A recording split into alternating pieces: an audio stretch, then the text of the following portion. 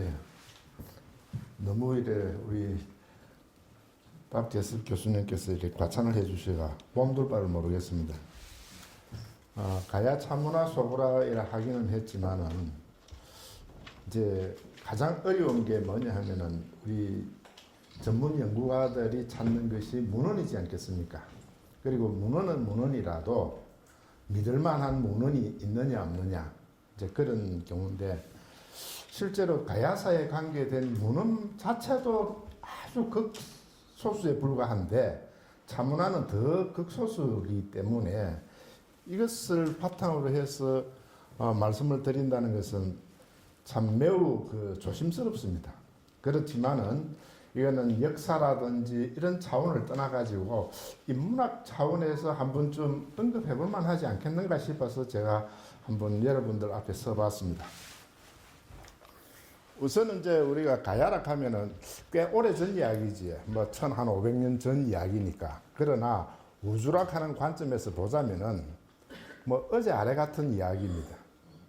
우주라는 것은 사전에서 말하고 있듯이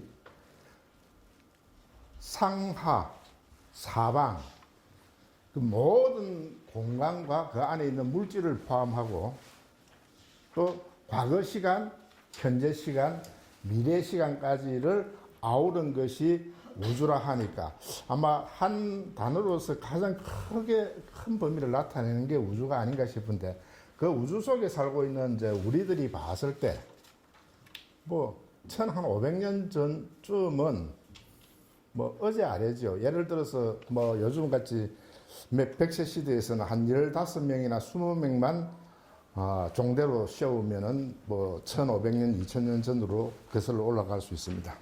그런 차원에서 한번 덧보도록 하겠습니다.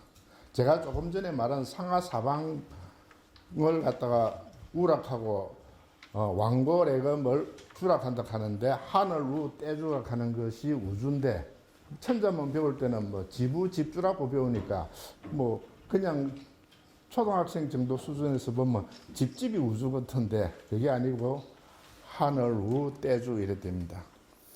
이 말을 처음 꺼낸 분은 지금서부터 2300~400년 전 상앙이라는 분이 사용했던 말이고 그렇습니다. 그래서 오늘날 우리가 사전에서도 맨 아랫줄에서 말하고 있듯이 무한한 시간과 온갖 사물을 포괄하는 공간을 우주라 한다고 정의하고 있습니다. 그래서 우리가 옛날 이야기가 아니고 지금의 이야기다라고도 생각해 볼 수 있기 때문에 역사라는 것은 미래를 비추어 보는 거울이다라고도 할 수 있겠습니다. 그래서 이제 가락국은 가야 문화니까 가야 차문화니까 가야부터 살펴보고 가면은 가야에는 구지봉에서 시작되었는데 그 구지봉에 나오는 구지에 대해서 보면 구는 거북구인데 보통은 거북귀 그 다음에 구라고도 읽는데 구는 나라 이름을 말할 때 하고 그 다음에 이제 균이라고도 읽는 경우가 있습니다. 그는 손등에 뭐 겨울철에 얼어 터지갖고 피가 맺히고 갈 때에는 그 균열 나갔다 이러지 균열. 그런데 보통은 우리가 거북귀라고 잘 안 읽고 구라고 읽는 경우가 많습니다.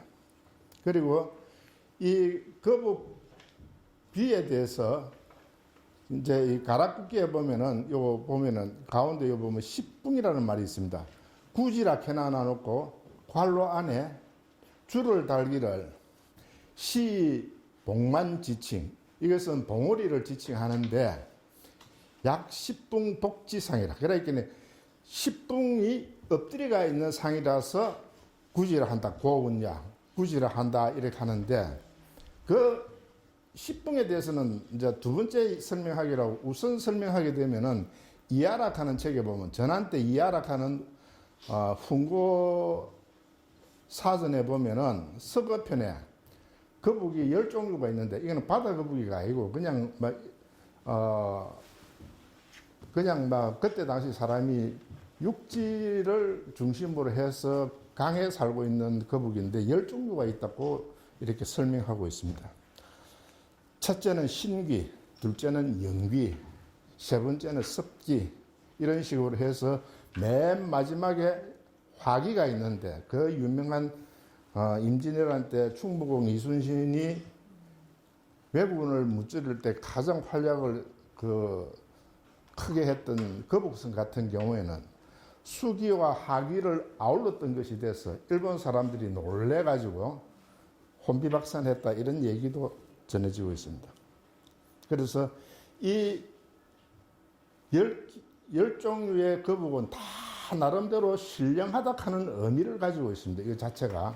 이것만 갖고도 한참 얘기를 할 수 있는데 이 중에서 십붕이라 하는 말은 어디에 나오느냐 하면은 주역, 손계오효하고 입계 이효에 십붕지귀라 하는 말이 나오는데 이 이제 십붕지귀를 이야기할 때는 대기를 십붕이라 한다 합니다. 큰 거북을 십붕이라 한다 하는데 둘째 줄에 보면은 십붕은 옛날 화폐 단위로서 한자 두치의 큰 거북은 값이 십붕이나 나간다고 한다. 그래 민물에 사는 거북으로서 한자 두치면 꽤 크죠. 보통 사람은 볼 수 없을 정도의 크기입니다. 그 다음에 주역본이라 해서 주희가 이제 주석을 단 주역에 보면은 두 마리의 거북을 붕이라고 하는데 십붕의 거북은 큰 보배이다라고 이제 이렇게 줄을 달고 있습니다. 저걸 부연 설명을 하지 않으면은 저 말이 무슨 말인가로 알 수 없는데 거북점을 칠 적에 한자 두치되는 거북을 가장 귀하게 여겨 그 한자 두치되는 거북을 갖고 치다가 나중에는 이제 안 되면 뭐 8치나 7치 갖고도 치는데 그러니까 한자 두치되는 거북은 정말로 보배롭다고 옛날서부터 여겨왔습니다. 그러면은 여기 이제 가락국의 시작은 구지봉에서 구지가로부터 시작되는데 저 구지봉에서 불러지는 저 노래 말하자면 구하구하 수기현약하는 저 구지가는 그냥 즉흥적으로 수루왕이 불러라가 아니고 저것은 하나의 절차적 저것을 하지 않으면 안 되는 역사적 배경이 있습니다. 그 배경은 뭐냐 하면은 상서 홍범이나 또는 이제 줄의 그 충간 종백에 보면은 거북 점치는 얘기가 나옵니다. 그거는 뭐냐면은 새로 임금을 세우거나 선도를 하거나 아니면 큰 군사를 일으킬 때는 반드시 거북점을 치가지고 길조가 나왔을 적에 행한다 이런 데가 있습니다. 그런데 사기열전, 귀책열전에 보면은 그 청하는 게 있습니다. 이 거북점을 칠 적에 그냥 물어보는 게 아니고 길조를 나타내라고 청하는데도 불구하고 이 거북이가 말로 안 들으면은 태워서 쟤를 날려버리는 일종의 그 형벌 같은 것도 얘기가 나옵니다. 그래서 지금 현재 우리가 거북점 치는 것이 가장 자세하게 언급되어 있는 게 줄의 그 충간 종백하고 사기 귀책열전에 아주 자세하게 나가 있습니다. 그렇기 때문에 저것은 그냥 굳이 가라 이렇게 문학적으로 보거나 즉흥적으로 볼 것이 아니고 옛날에는 나라를 세우거나 임금을 새로 세울 때 임금을 새로 세운다는 것은 세습적인 게 아니거든요. 그러니까 새로 세운다는 것은 새로 나라를 세운다는 의미가 있는데 그러한 과정을 거쳐가지고 수로왕이라는 분이 이제 탄생되기 때문에 이제 이런 부분을 이해를 좀 해야지만이 가락국이라 하는 나라가 그냥 선 게 아니고 나름대로 역사적인 배경에서 탄생됐다 하는 것을 이해할 수 있습니다. 그리고 춤추는 장면들은 맨 밑에 보면은 발을 구르면서 춤을 추어라 이렇게 되어 있고 이거는 이제 대왕을 맞이하는 것이니까 즐겁게 펄쩍펄쩍 뛰면서 이제 좋아하게 될 것이라는 의미인데 여기서 이제 우리가 해석에 들어가면 이건 가야 참문하고 직접 관계가 없어도 여기 보면 구하인데 제가 이해하는 막 거부가 해놨지요. 이것을 우리가 서울 사람이 이것을 해석을 해가지고 표현을 한다면 거북님 무엇 하십니까? 경기도 사람이 하게 되면 거북님 뭐 하십니까? 경상도 사람이 말하면 거부가 뭐하노? 김해 사람이 하게 되면 거부가 뭐하노 이제 이걸 뭐하노는 거부가 소리에 함축돼 갖고 거부가라서 끝나게 되는 거지.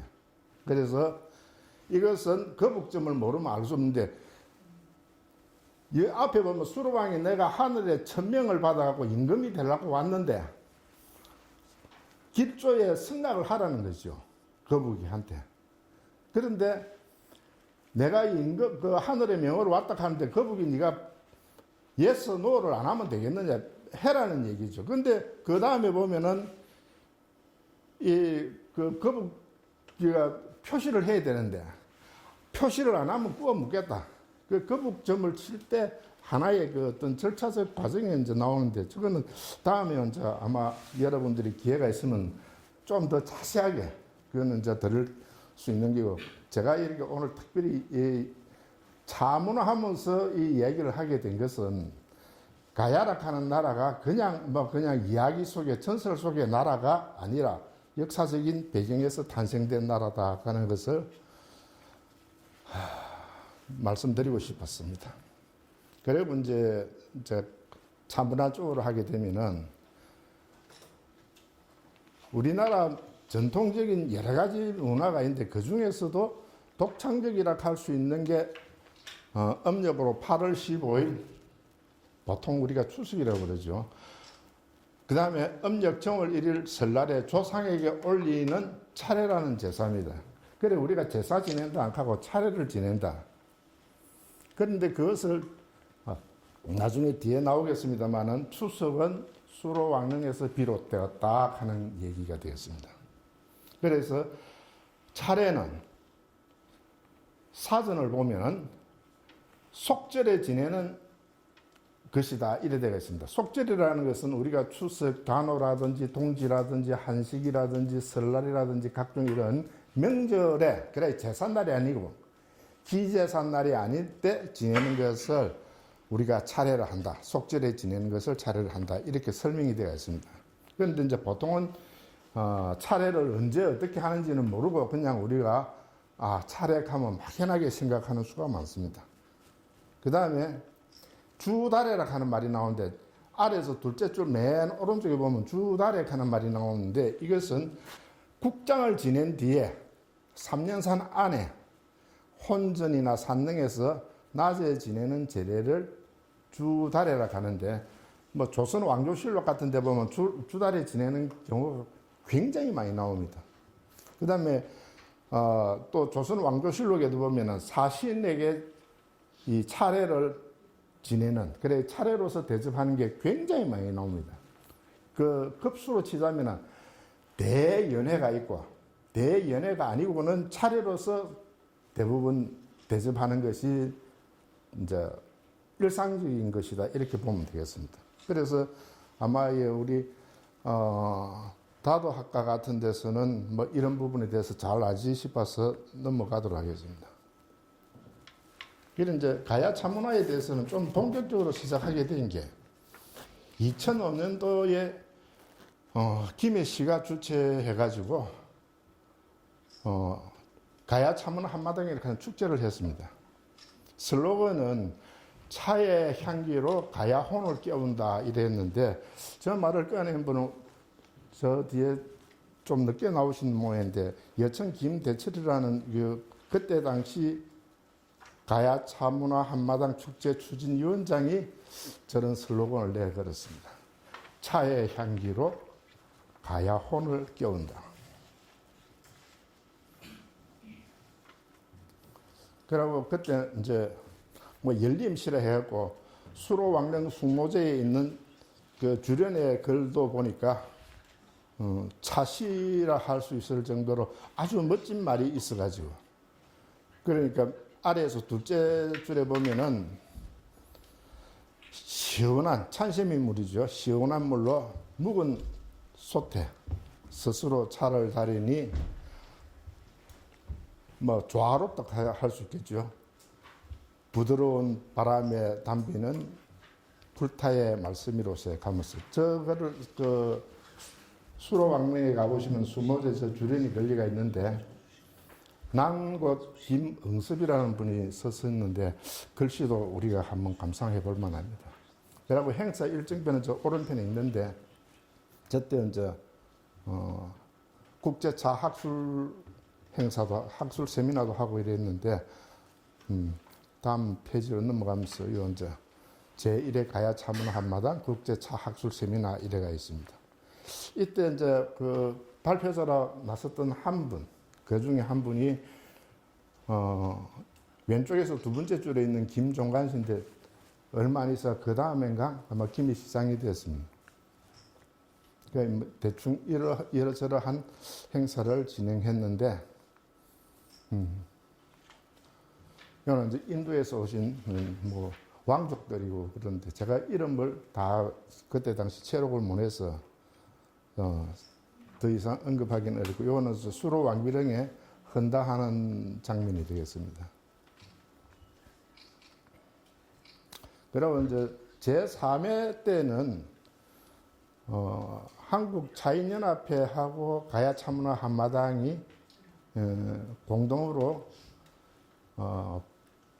가락국 수로왕비 보수태우 허황옥님을 대한민국 자인 제1호로 선정합니다 하면서 저는 선포식을 같이 이제 그때 당시 박건엄 회장하고 여천 이제 김대철하고 두 분이서 이제 이래 선포식을 했는데 한국 자인연합회에서는 제가 굉장히 중요한 하나의 그 역사적인 사실이라고 아주 귀하게 다루고 있습니다. 이거는 이제 제3회 때 이제 학술 세미나 하는 장면이고요. 지금 이 맨 앞줄, 맨 왼쪽에 있는 분이 여천 김대철 선생님 되었습니다. 이제 그 차문화 행사하면서 오신 손님한테 그림도 그려주고 그 글씨도 이래 써주고 이래 하면서 나름대로 홍보하느라고 저 위에도 보면 이제 글씨 써주는 분도 있고 글씨 써고 들고 있는 분도 있고 그렇습니다. 글 들고 있고 이거는 글씨를 쓰고 있고 그렇습니다. 아마 여러분들 중에서는 왼쪽에 있는 분이 정인호 교수라고 한서대학교 알 수 있을 것이고 오른쪽에는 여천 김대철 선생님 되겠습니다. 이거는 이제 차문화 그 축제 중에서 이제 얼마나 어떻게 잘 준비가 잘 돼야 하는가 채점 매기고 있는 장면이 되겠습니다. 이거는 2012년도에 이제 차문화 행사를 하는데 수롱원 앞에 이제 허광옥 동상 앞에서 헌다하고 있는 장면이 되겠습니다. 이거는 이제 2007년도 제3회 학술 행사에서 발표된 차시인데 여기 보면은 백월산 달빛이 보름달의 아이라도 밝고요 하면서 그 체록 한 분이 소위 자기 귀에 들리는 대로 나름대로 썼기 때문에 요즘에 맞춤법으로 보면 좀 엉성한 것 같지만 하여튼 들리는 대로 이렇게 쭉 체록해 놨습니다. 그래서 이제 요 대낮으로 가는 거는 지읒이 아니고 씨앗 큰 낫으로 끼워와서 그 이제 끊어왔었는데 경상도 뭐 촌말이다가 보니까 좀 이렇습니다. 그래서 여기에 보면은 수로왕도 나오고 흥하고 왕비도 나오고 하면서 차가 수로왕하고 수로왕비하고 연관이 있다는 얘기들을 이제 민요로서 내려오고 있습니다. 이거는 이제 다전리 차민요라 해서 현재 동상궁이라고 그러죠. 여기서도 이제 나이 많은 할아버지한테서 김기원 이제 그 경상국립대학교 교수가 체록한 건데 이거는 상당히 이제 이 현대화된 글로서 체록이 됐는데 제가 물어봤습니다. 잘 못 알아들어서 여러 번 반복해 달라고 부탁을 해가지고 체록을 했다. 그때 당시는 녹음기가 없어갖고 여러 번 반복해갖고 쓰고 또 쓰고 이래 하면서 막걸리 대접을 해가면서 했다고 하는데 그래 이제 중요한 내용이 말하자면은 차를 끓여가지고 수로왕이라든지 이런 분들한테 올린다는 이런저런 얘기가 있는데 하여튼 자기가 봐서는 상당히 중요한 것이라서 체록을 했다 이렇게 되어 있습니다. 그 다음에 저 화계, 하동의 화계에 있는 범항리에서 이제 백실학하는 분한테서 그때 당시 77살 먹는 노인한테서 체록을 했다는데 여기는 보면 이제 차를 만드는 과정의 그 어떤 과정이라고 보면 여기 보면 무쇠 솥을 올려놓고 뭐 고구작설 숨을 죽여 세 번째로 기를 죽여 네 번째로 진을 죽여 진을 죽인다 하는 거는 차를 비벼본 분들은 그 진 나오는 거 잘 아실 겁니다. 그 다음에 이제 그 여덟 번째 여기 보면 분을 내야 하는 거 보면 그 나중에는 보면 그 분이 노랗게 나오는 게 이제 그 보이고 그럴 겁니다. 그 피부에 맞으면 까끌까끌하고 그러죠. 여 밑에 네 번째 입혀하고 갈로 안에 이어놓은 거는 제가 그 향을 익어가 아마 입혀지 않겠나 싶어서 제가 참고 삼아 이렇게 적었습니다. 그러니까 이거는 이제 여러분들께서 자세히 보시면 되고. 그러니까 여기 이제 체록을 했던 김기현 교수가 하신 말씀이 좀 이렇게 그 자기가 직접 써놓은 원고에 있는 걸로 제가 옮긴 것인데 요거는 이제 한국의 차민요 조사라 해가지고 한국 차학계지 1권 1호에 실려가 있답니다. 이제 그 다음에 이제 요건 조금 먼저 아까는 앞에 이야기고 요거는 조금 먼저 옛날 이야기로 거슬러 올라가겠습니다. 가야 차 문화는 우리나라 차 문화, 곧 한국 차 문화의 시운이다 이런 말을 하고 싶었습니다. 그 이전에는 가야 이전에는 차 문화라는 것이 우리나라에는 없고 그 이후에 신라에 오게 되면은 여러분들께서 잘 알다시피 828년 대рем이라는 분이 차씨앗을 가져왔다 또는 그 이전에 선덕왕 때부터 있었다 이런 얘기가 있습니다만은 그 다 가야가 망하고 난 뒤의 이야기이고 가야 차 문학하면은 우리나라에서 가장 먼저 나오는 차 역사가 되겠습니다. 그 다음에 이제 셋째 줄에 보면은 문헌들을 살펴보면은 달에는 능묘 또는 그 능묘 그러니까 앞에 이 능묘는 무덤이고 요거는 능묘 앞에 지어지가 있는 사당이 되겠습니다. 거기에서 시작돼 갖고 점차 민간의 일반 가정집에서도 행하게 되었다. 그래서 이제 이런 제사 지내는 것을 우리가 흔히 말해서 절사다례라 한다. 그 다음에 귀한 손님에게 베푸는 연회의식이 된 것은 접빈다례라 한다. 그러니까 사신이라든지 이런 귀한 분들한테 대접하는 것은 접빈다례라 한다. 이렇게 보면 되겠습니다. 그리고 이제 이 차례가 어떻게 되는지를 보면은 이거는 이제 가정이곡이라고 목원 이색의 붙인되는데 맨 아래에 보면은 초주와 함께 민간의 가요도 밭에 올리고 싶네 하는데 이 초주가 사전에 보면은 새해 아침 달해를 지내고 웃 어른에게 밭에 축사하며 할애하는 술 이름이다. 그러니까 새해 아침에도 말하자면 달해를 지낸다 이렇게 되어 있습니다. 추석에만 지내는 게 아니고. 그래서 제가 우리나라 차례라는 것은 추석에도 차례를 지내고 설에도 지내는구나 하는 게 문헌적으로 한번 보여드리고 싶어서 체록을 해가 봐봤습니다. 그 다음에 이거는 이제 우리가 학봉 김승일이라고 하면 선조 때 좀 유명하지. 일본에 그 사신으로 갔다가 일본이 쳐들어올 기미가 안 보이더라 하는 말을 한 분으로서 유명한 학봉 김승일의 아들 되시는 분인데 김집이라는 분의 문집에 보면은 매양, 정월, 좌루와 동지 또 그 상망, 좌루하고 보르면은 집안의 연수한 이들을 데리고 감에 가서 달해를 행한 다음 청사, 즉 대청으로 가서 범절에 맞게 자손 남녀들의 절을 받고 모범이 될 만한 고인의 은행을 말해주어 효제 충신의 도리와 무첨이 소생의 의리로서 면례하였다. 무첨이 소생은 그 시경에 나오는 얘기죠. 시경에 나오는 얘기인데 이거는 시간이 있으면 이제 뭐 알아보기로 하고, 그 다음에 보면 이제 우리가 태종 1년에 보면은 사신과 더불어 달해를 행하고 가는 얘기가 나옵니다. 그 태종 2년에도 보면은 그 사신 온전하고 양령이 상왕전에 갔다. 상왕전이라고 하면 상왕은 그때 당시 이성계 태조지에 상왕전에 갔다가 다음에 대군 화, 대군 방이 부원건 민재의 집에 갔으므로 모두 달해를 행하여 대접하였다. 그 다음에 세종 29년에는 보면은 세자가 영령에 나아가 주달해를 행하였다. 이렇게 달해를 행하는 얘기가 나옵니다.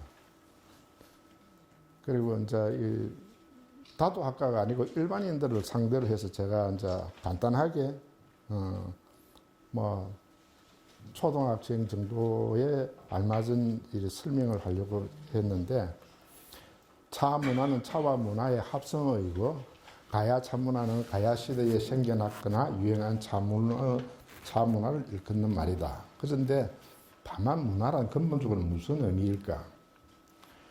문은 걸을문이고 문은 문인문인데, 걸을문도 되고 문인문인데, 예전에는 두 번째 줄에서 말하는 문이문자가 생기기 전에는 위에 걸을문자가 문이문자를 대신한 것이 아니고 본래는 문이문자였는데 후대에 걸을문자로 바뀌었다고 인문자학을 하시는 분들은 말씀하고 있습니다.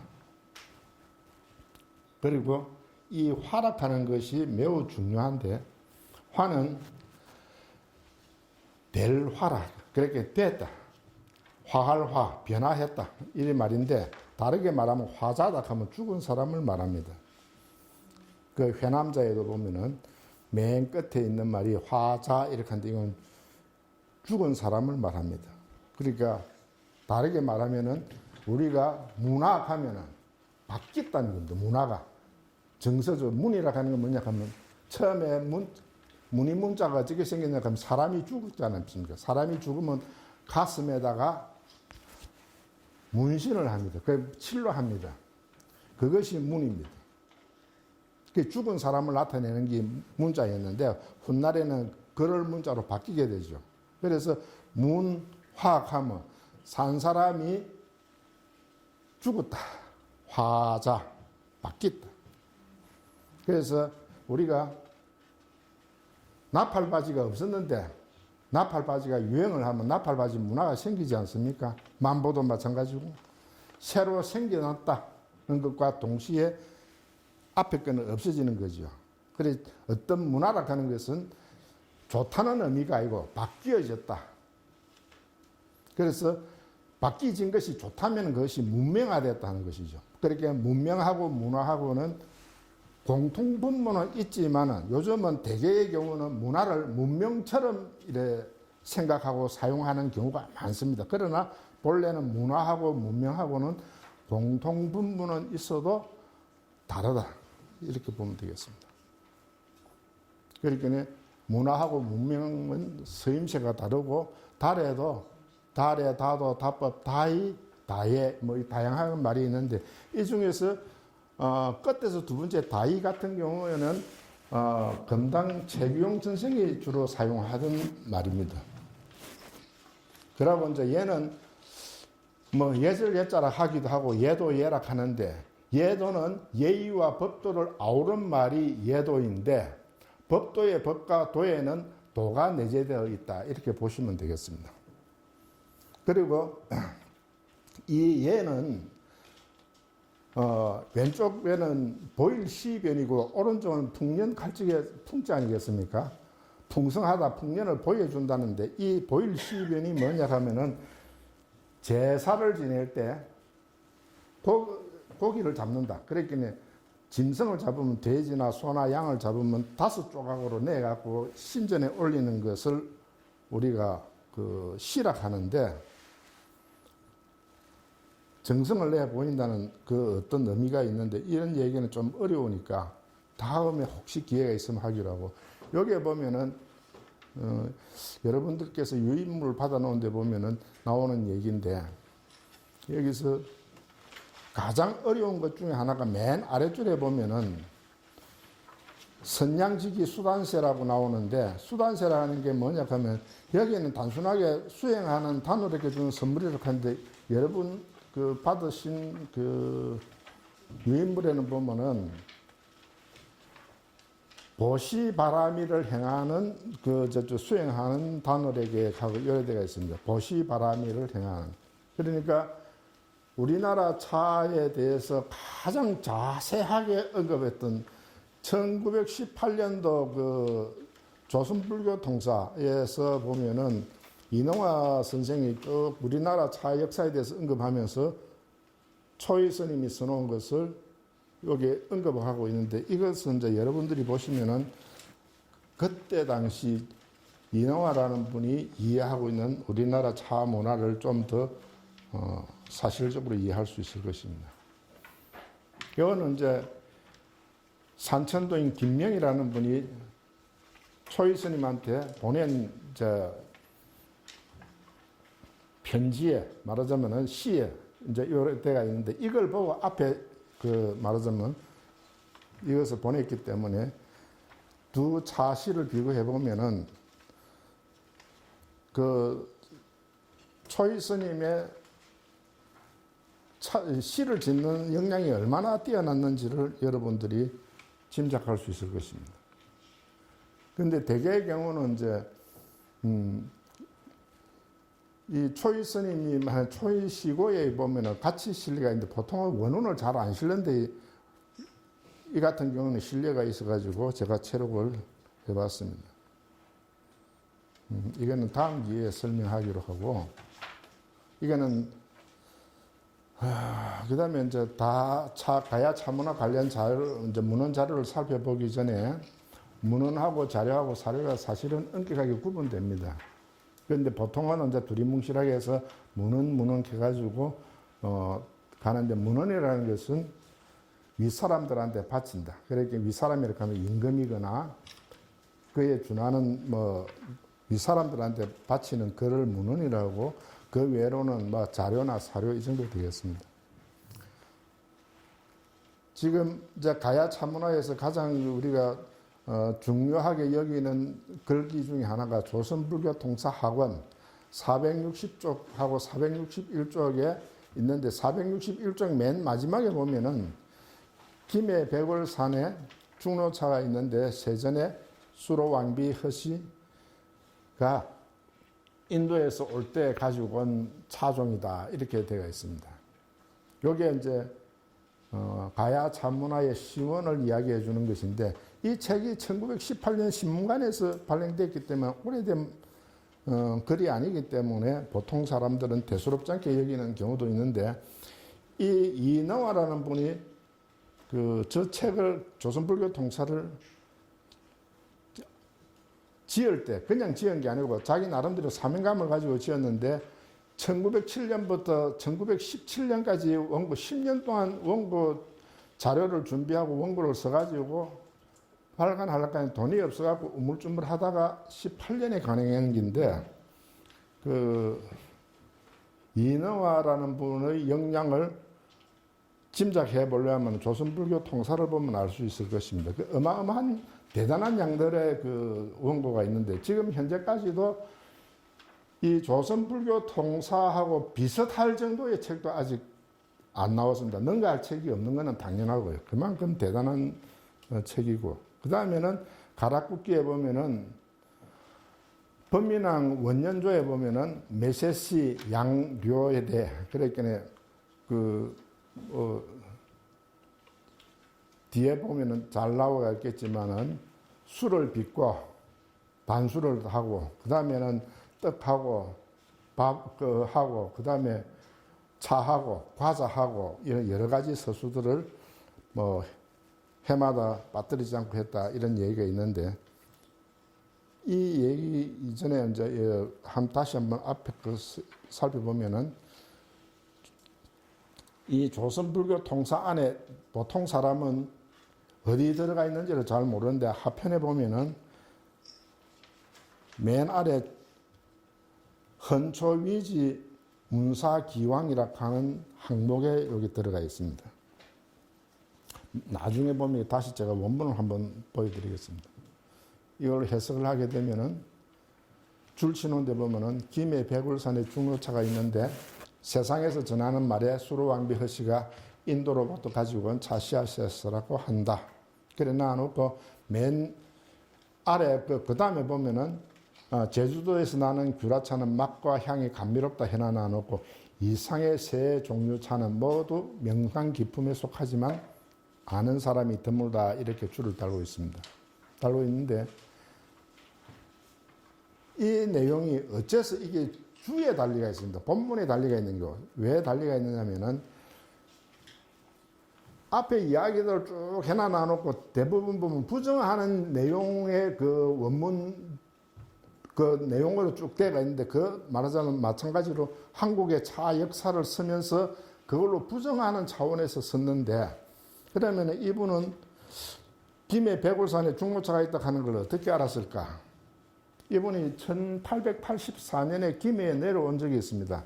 그 조선 해화라는 책을 해화사라는 책을 쓰기 위해서 김해 기생으로 이름이 났던 강다문을 만나려고 차산 배전을 왔습니다. 1884년에. 그래서 김해에 대해서 잘 알 수 있는 뭐 계기가 될 수 있었다 이렇게 볼 수 있습니다.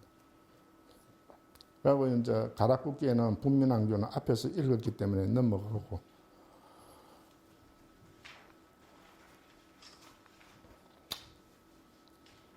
이제 보면은 추석에 대해서 속절이라 하면은 앞에서 한번 언급했습니다만은 제삿날 이외에 철을 따라 사당이나 선령의 차례를 지내는 날을 말한다. 선령이라 하면은 나이가 조금 드신 분들은 잘 아는데 요즘 초중고등학생들은 잘 모르겠죠. 무덤을 말합니다. 선령. 돌아가신 분의 무덤. 그 다음에 8월 15일을 추석이라 하는데 소로왕 능묘의 제사에서 일어났다. 그거는 성호이익이라는 분이 쓰셨는데 성호이익은 어떤 분이냐 하면은 아주 대단한 우리나라 뭐 학자지만 어느 정도 대단하다 하면은 제가 요 맨 아래쪽에 보면 다산적약용을 써놨는데 다산적약용은 성호이익 선생이 돌아가시기 한 해 전에 태어났습니다. 그러니까 두 분이 만날 기회가 없었다고 봐야 되겠죠. 그런데도 다산 선생이 이익 선생의 문집을 보고 나서 존경을 해갖고 스승으로 삼았습니다. 즉 말하자면 사숙을 했는데 다산 선생의 스승이라 할 수 있는 사람은 짐작하건대 가학을 했기 때문에 짐작하건대 뚜렷하게 누구한테 배웠다고 할 수 있는 사람이 없습니다. 미루어 짐작하면 정말로 스승처럼 가르쳤던 분은 정조임금이고 다산 선생이 공경하고 헌무해가지고 스승으로 삼았던 분은 그 성호이익 선생이고 그렇습니다. 그렇기 때문에 성호이익 선생이 얼마나 대단한 분이었는지를 우리가 이해할 수 있는 하나의 척도가 되겠다 싶어서 제가 밑에다가 참고 삼아 이렇게 적어 놔봤습니다. 그래서 이익 선생이 성호사설 제10권 인사문 속절편에 속절이라는 항목을 두고 8월 15일을 추석이라 하는데 수로왕 능묘제사에서 일어났다. 즉 시작되었다. 이렇게 단정적으로 말씀을 하고 계십니다. 그 다음에 성호사설 제11권 인사문 사절일 상류. 그랬기에 사절일에 무덤에 올라가는 무덤에 가는 것을 말하죠. 이것을 좀 더 쉽게 이제 한글로 풀어놓는데 보면은 우리나라 풍속의 사절일에는 묘소에 올라가 제양을 올리는데 해제와 태계 등 여러 학자들도 풍속에 따라 이를 행하였다. 그러나 한식은 천하의 공통된 풍속이지만 그 나머지 것들은 옛날에 있었다는 것을 듣지 못했다. 이 말은 뭐냐 하면 얘기라든지 가래라든지 그 말하자면 옛날에 사절일 가면은 추석, 그 다음에 한식, 그 다음에 그 정월 초하루, 그 다음에 단오 같은 것을 사절일을 하는데, 그러니까 한식은 얘기에 나온다는 거죠. 줄에나 얘기에 나오기 때문에 알지만은 나머지 것들은 듣지 못했다. 그래서 자기가 확인을 못했다는 얘기인데 뭐 사실일 겁니다. 그러니까 또 단오와 8월 15일 묘소에 참배하는 것도 가락국에서 시작된 것인데 단오를 더욱 소중하게 여겼다.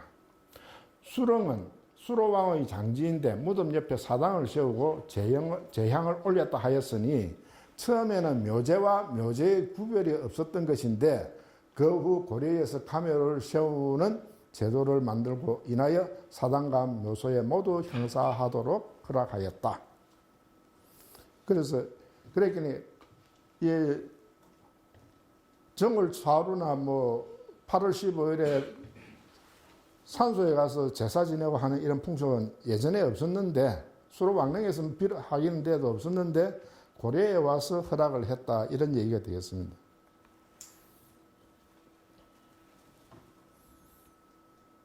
그 다음에 이제 오주 연문 장전 상구를 살펴볼 텐데 앞에 이게 이제 책 이름이 아주 조금 자주 안 보는 분들은 어려울 텐데 밑에 둘째 줄에 보면은 이 오주라 하는 것은 이규경이라는 분의 호가 되고 연문이라는 것은 부연했다. 그러니까 어떤 설명을 좀 덧붙였다는 얘기고 장전이라고 하는 건 전이라고 하는 건 띠지를 말하죠. 전지. 근데 이거 좀 길게 글로 썼다.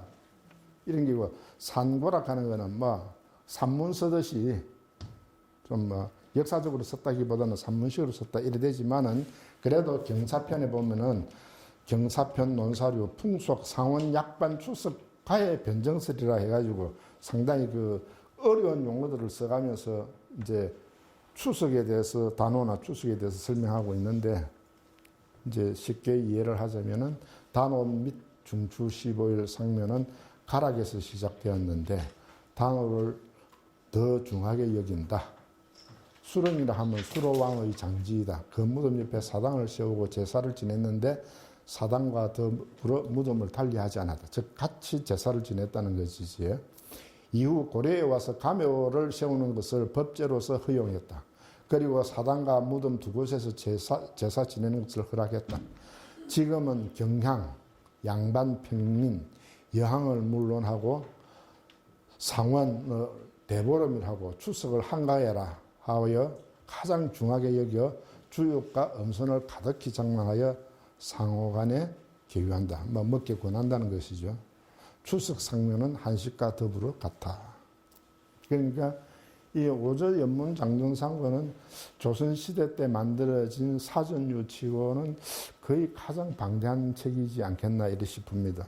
그 이제 이번에 할아버지는 이등무로 해가지고 규장각의 사서 중에 한 분, 그 사금서 중에 한 분이 이등무인데 그 이등무라 하는 분은 어마어마한 책을 많이도 가져 있고 책도 많이 뭐 읽었고 흔히 말해서 간서치를 할 정도로. 그런데 이 규경도 그에 못지않은 대단한 그 박학을 가지고 계셨다고 전해지고 있습니다.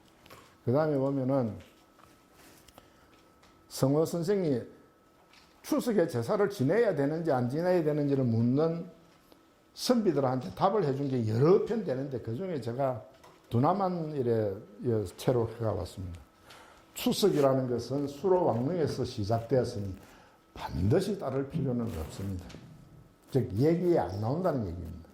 그 얘기라고 하는 것은 그 일종의 법이죠. 법전이라고 보면 됩니다. 줄에도 마찬가지고 당연히 지켜야 될 그 의식을 지켜야 되는 건데 그러니까 뭐 얘기 없는 거니까 지내도 되고 안 지내도 된다. 그래 반드시 따를 필요는 없습니다. 이렇게 대답을 합니다. 그 다음에 이제 그 밑에 거 보면은 추석의 제사는 본디 수로 왕릉에서 시작되었으나 본래 합당한 것이 아니므로 뭐라 대답해야 할지 모르겠습니다. 이거는 이제 밑에 게 말하자면은 1750년에 답해 줬고 위에 거는 그 다음에 보낸 건데 제가 뭐 순서를 좀 뭐 바꿔가 했습니다만은 1750년대는 뭐라고 대답해야 할지 모르겠습니다. 견학은 그 다음에는 반드시 따를 필요는 없습니다. 하는데 그 반드시 따를 필요 없다는 기준은 얘기에 안 나온다는 얘기입니다. 그러니까 우리나라 풍속이다 이런 말이 되겠습니다. 이제 이게 조선불교 통사에 그 벽울산에 뭐 차가 나오는데 하는 얘기가 나오는 게 이 헌초 위지문사 기왕이라 하는 자 되는데 책이 여기 보면은 요게 5페이지인가 되는데 그 중에 4페이지, 5페이지 맨 마지막에 이제 그 얘기가 나옵니다. 이 얘기가 보면은 좀 번잡스럽지만 이 보면 이 내용이 뭐냐 하면 첫 줄에 보면 고려 충수광 4년에 선시 미륵사성 헌이초 그러니까 이상한 풀을 임금한테 바쳤는데 그냥 바친 게 아니고 이것은 영지입니다 하고 이위 영지라 하고 바치니까 왕이 중하게 여기갖고 비장을 했다. 비장을 하면서 그냥 비장한 게 아니고 문사들에게 부나 시를 지어갖고 바치라고 명령을 내리지요. 그러니까 어느 한 사람이 시를 지어갖고 바쳤는데 헌시왈 안덕 선인 배양술 어떻게 하면 선인의 그 배양술을 배워가지고 경화 감노 종정심 어떻게 하면은 감노를 뿌려갖고 마음의 밭에 뭐 심을 것인가 이래 하는데 그 이 얘기가 평을 하기를 개 모두 기롱하는 말이다. 개 기지야 이래 하고 있는데 이 말은 뭐냐 하면 감노면 끝났지. 그걸로 감노를 뿌리갖고 뭐 영지를 갖다가 심고 뭐 할 필요가 있겠느냐. 그 한마디로 말해서 그 웃긴다는 얘기죠. 웃긴다는 얘기인데 이제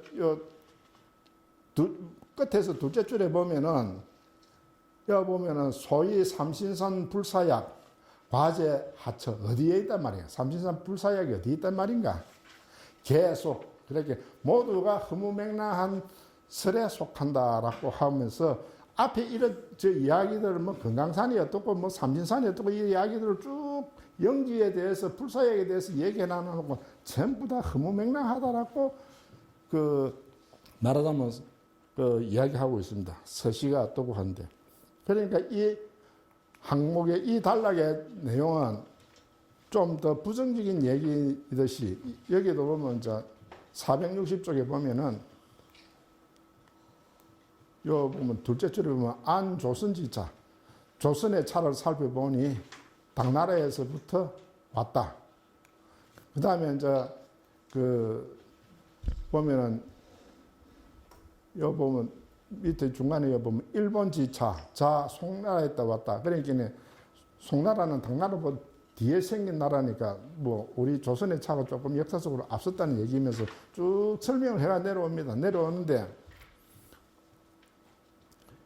여기에 대한 거는 이제 여러분들 유인물이 전부 다 있으니까 자세한 거는 보시고 이래 놔놓고 맨 마지막에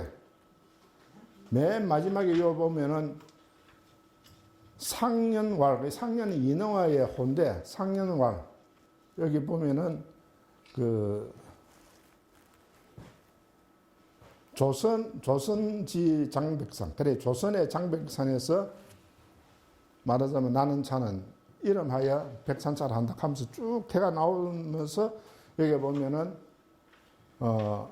여기 보면은 김해 백울산 유중묘착 하면서 이제 그 얘기가 나오는데 그건 뭐냐 하면 조선의 차는 앞에서 보면 뭐라고 했나 하면은 신라사에서 말할 적에 이제 줄을 달 때 보면 조선의 차는 당나라에서 어떻게 해놓고 흥덕왕 3년에 그 말하자면은 그 당나라 문종 때 대렴이 사신으로 와서 가져왔다 이렇게 하는데 이것보다도 훨씬 앞에 수로왕비가 차시아서 가져온 것이다라고 하면서 이 자체의 역사적인 것을 갖다가 뭐 속된 말로 빠뿌리는 얘기가 되겠습니다. 그리고 이제 조선 말에 오게 되면은 방산허훈이라는 분이 써놓은 시가인데 이분은 참 대단한 분이긴 한데 그 자세한 설명은 둘째치고 건강국의 푸른 찻잎 창각고 깃발 같다 아름다운 맛 진정 고주차 향기와 같구나. 무슨 일로 지난날 가벼이 혀를 올렸을까. 비로소 기품이 동방의 어떤 힘을 알았노라. 그래 옛날에는 이분이 건강국에서 나는 차 맛이 별로 쉬운 찬탁도 아주 그 혹독하게 평을 했던 모양입니다. 그래서 자기가 줄을 달았는데 스스로 내 일찍이 건강차를 배척하는 말을 지었으나 훗날 다경을 고찰해보고서야 비로소 이 차가 참으로 좋다는 것을 알았다 하고 있습니다. 스스로 자기가 예전에 아주 시원찮다고 했던 것을 제대로 알고 보니까 훌륭하다는 것을 알았다 했고, 그 다음에 유건강록이라고 하는 차시에서는 뭐라고 했나 하면은 고려 충렬왕이 하포에 행차하였을 때 금강사의 산다수 아래에서 비를 피하였는데 인하여 사호하기를 장군수라고 하였다라고 주석을 달고 있습니다. 그러니까 여러분들께서 쉽게 만나볼 수 있는 차나무 밑에서는 비를 피할 수 없죠. 뭐 엎드려 갖고 피하려고 해도 어려울 기고, 그런데 차나무 밑에 임금이 돼 갖고 어째 엎드려 갖고 피할 수 있겠습니까? 소낙비가 오면 그냥 그대로 걸어 들어가서 비를 피했을 거 아니겠습니까? 그렇다면은 차나무가 키가 높은 교목성 차나무다라고 이해할 수 있고, 동시에 숲이 우거지 있으니까 잠시라도 비를 안 맞을 수 있지, 그 숲이 우거지지 않으면 안 되겠죠. 그래서 이것이 만약에 사실이라면은 상당히 차나무가 키가 큰, 그 다음에 무성한 나무였을 것이다 라고 짐작할 수 있을 것입니다. 그 다음에 이제 이 금강경차라고 같은 제목인데 망구 이종기라는 분이 시를 지었는데, 나이는 1살 차이인데 이분이 한 몇 년 앞에 돌아가셨습니다만은, 건강국 안에서 나는 신령스러운 차, 어린 삭을 다려내니 맛이 매우 좋구나. 잘못 파악한 장군이라는 속된 일은 오래지만 향기로운 노암차도 이보다 못해 휑하다니. 그러니까 노암차라고 이름 난 차를 먹어보니까 이 건강국에서 나는 차보다 못하더라 이런 얘기를 하고 있습니다. 그러면서 줄을 달기를 차는 일명 장군차이다. 이는 힘이 있기 때문이다라고 하고 있습니다. 그 다음에 이제 요거는 조선 말이 아니고 조선 초의 이야기인데, 이제 이 이야기는 신정동국 예지성남이나 호정집이나 김해 읍지에 보면 실리가 있습니다. 그건 이제 김해 이제 금강사 불해룩이라 해갖고 맨 앞에 나오는 것인데, 김해는 옛날 가락가야이다. 가락은 신라와 함께 일어났고 수로왕의 탄생은 참으로 기이하며 내려온 습속에는 아직도 순복한 풍속이 있다. 또 덕림하기에 좋고 경치도 남방에서 어뜸인데 그 중에서도 금강사의 소헌이 제일이다. 사에 산다수가 있어 그늘이 온 뜰을 덮었는데 하면 그 산다수가 온 뜰을 덮었다 할 거 보면 앞에 그 비를 피했다 하는 거하고 조금 일맥이 상통하다고 볼 수 있겠죠. 전조, 그러니까 전조라고 하면 고래가 되겠죠. 충렬왕이 보련을 멈추고 여기에 장군차라는 칭호를 내렸으므로 부로드는 이 일을 미담으로 서로 전해온다. 이렇게 되어 있습니다. 그리고 이제 자기의 소회를 서기를 이어서 내가 소년 시절에 객으로 왔었을 때는 바야흐로 중춘이어서 산차가 성하게 피었기에 여기에 머물며 반나절이나 감상하였으나 오히려 흡족하지 않았다. 다만 기둥과 주녀가 낮은 데다 작은 나뭇가지와 잎이 교차하는 것이 더해 멀리 내다보기가 쉽지 않아 급기야 문을 나서자 그제야 산과 바다의 참모습을 보게 되어 이리저리 거닐며 엎조리면서 오래도록 있다가 따라왔다. 그 뒤에 가는 거는 뭐 거리는 없지만은 뭐 좀 생략된 거라고 보고 제가 끼워 넣었는데, 그 뒤에 가끔 재차 유람하려는 계획이 있었으나 지금까지 실행하지 못하였다라고 하면서 이제 불례로 기문을 여기서부터 본격적으로 쭉 서내려가고 있습니다. 그래서 여기에 보면은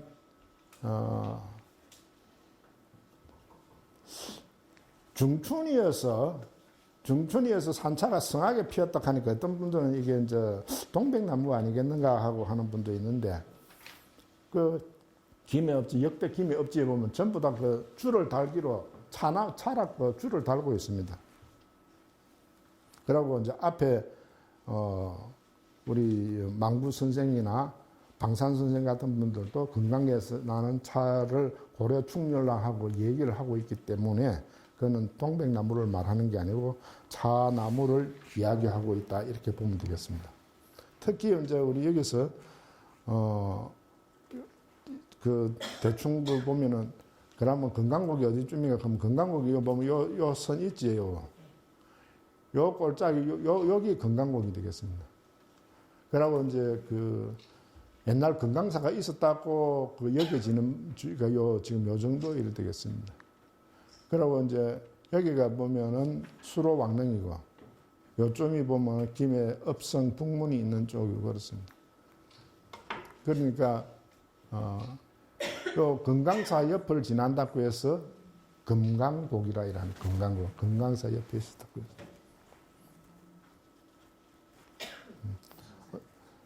그 대충 이제 우리가 문헌을 살펴보면은 성호 선생의 그 성호 사설이라는 것은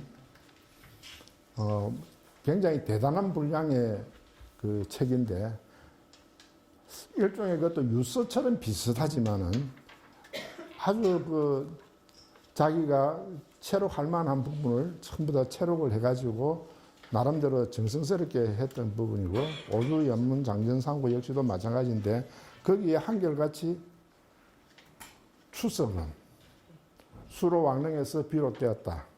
그리고 우리가 추석에 성묘가는 것도 수로 왕릉에서부터 비롯되었다 하고 있습니다. 그리고 그러면 추석이 지금 뭐 차례를 지냈다는 말은 없지 않느냐 하는데 이미 오래전서부터 우리가 사전에서 차례는 속절에 지내는 제사를 차례를 한다 할 정도로 얼마나 차례가 대단했으면 차를 올리지 않는 오늘날 술만 올리면서도 차례 지낸다고 할 정도로 대단하게 유행을 했을 뿐 아니라 귀하게 자리를 차지했었던 역사적 사실 때문에 오늘날 그리 되고 있다고 봤을 때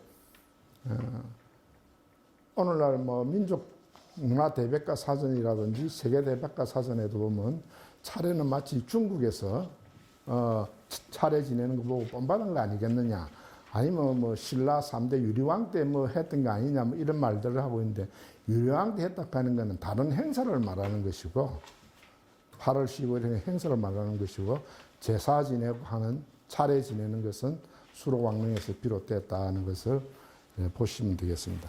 다만 아쉬운 게 그런 사전을 만들던 분이 오주 연문 장전상고나 성호 사설을 봤으면 좀 다르게 기술하지 않았겠는가 그런 싶은 뭐 마음을 가지면서 이제 일단 뭐 이 정도에서 마치도록 하겠습니다. 뭐 이 정도 마치게 된 건 죄송하게 생각합니다.